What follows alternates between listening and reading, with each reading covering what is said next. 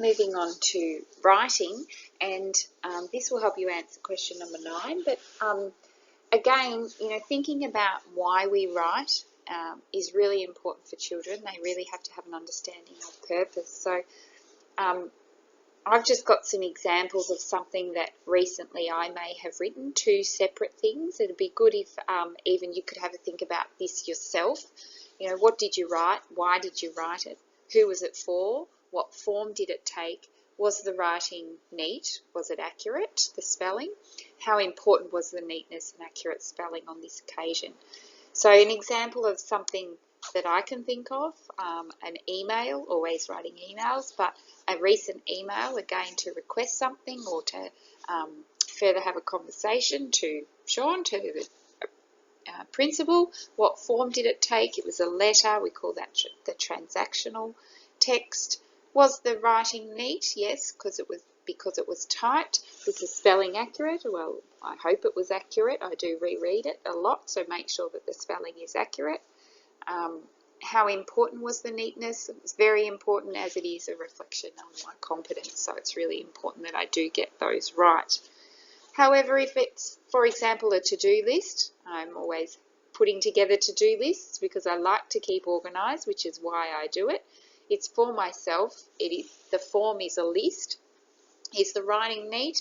No, but I need to have it as neat as possible so I can, neat enough so that I can read it. Is the spelling accurate? Probably, but it's not important. I just needed to ensure that I could reread it as far as whether the spelling is accurate or the neatness is neat. So writing is a way of communicating through a process of constructing messages and representing ideas, feelings and information in print, and it's really important that we really talk to the children around the idea of communication. Writing is for that communication. When writers write, they assume that someone's going to read what they've written, even if that someone is themselves. So this imagined reader, the audience, has an effect on the decisions we make about our writing. The language we use, the text type we choose, and the decisions we make about its presentation. So a writer needs a reason to write. They need an audience. They need to have a knowledge of a variety of writing forms to use: letters, lists, notes, instructions, stories, persuasive pieces, opinions, to know when correct spelling and presentation are important. And writing takes many forms in the classroom. As writer's workshop, there might be formal handwriting sessions and, as I mentioned earlier, word studies. So the writing process that we work through with children as part of their writing units is they begin by collecting ideas, which we call seeds, in their writer's notebook.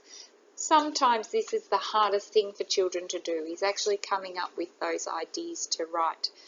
So we show them ways in which they can do that through their writer's notebook. Then using their notebooks, they develop plans for writing based on particular text types as they're learning those text types. They then go through some drafting strategies. We teach them how to revise their work and then edit. Revise is really looking at the ideas element and how to make sure that's clear, like an author, whereas edits are things like spelling, capital letters, punctuation. Edits is something someone else could do for you.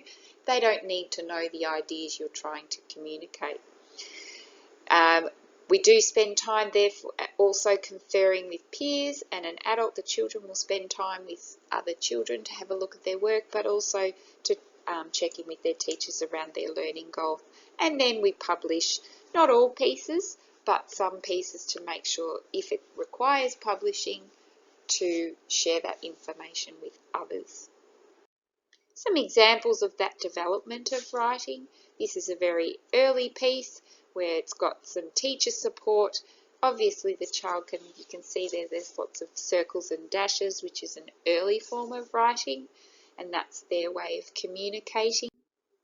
Moving into when they start to develop a knowledge of letters, they might be letters in their name, for example, but they randomly put letters together that to them makes words. But again, it's about communication.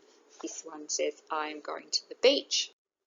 then we see a lot more of that traditional letter to sound representation. They really start to get those, first of all, beginning and ending sounds, because they're what they can hear when they talk to themselves in their head around those sounds, and then they start to develop the middle vowel sounds. Once they learn some high frequency words, they start to spell those correctly, but then use all of their schema and their background knowledge to attempt to spell other words. And again, here is an extended piece. I like Bonnie, she's cute, she's our next door neighbour's dog. She likes to play catch with me and Michael on the weekend.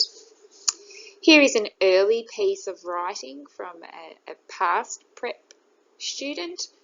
You can see there's lots of random letters, but also probably some letters that they've identified. Maybe they know, but you can see that in the sentence, Max jumped into the pool. They don't associate with M at the beginning of that sentence.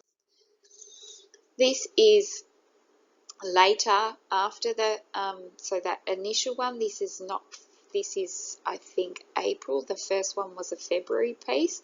So it doesn't take long for them to start to really quickly come up with some letter sound relationships. So you can see that difference. They're starting to put together words. Down the very bottom you can see their attempt at park. Again, they're hearing some of those dominant sounds, not necessarily hearing or knowing what to do with the vowels just yet. It moves very, very quickly in that first couple of months. Some examples of activities that classroom helpers might be involved in. You might be having conversations around writing to develop ideas so children have got something to write about. You may be asked to listen to their writing so that their children have got an audience.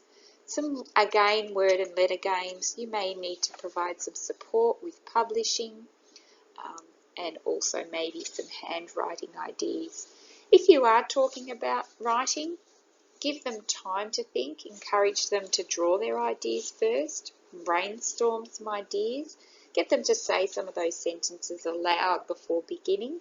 When you are listening to them read, again, listen, praise their efforts and just check in with them. What do you want it to say?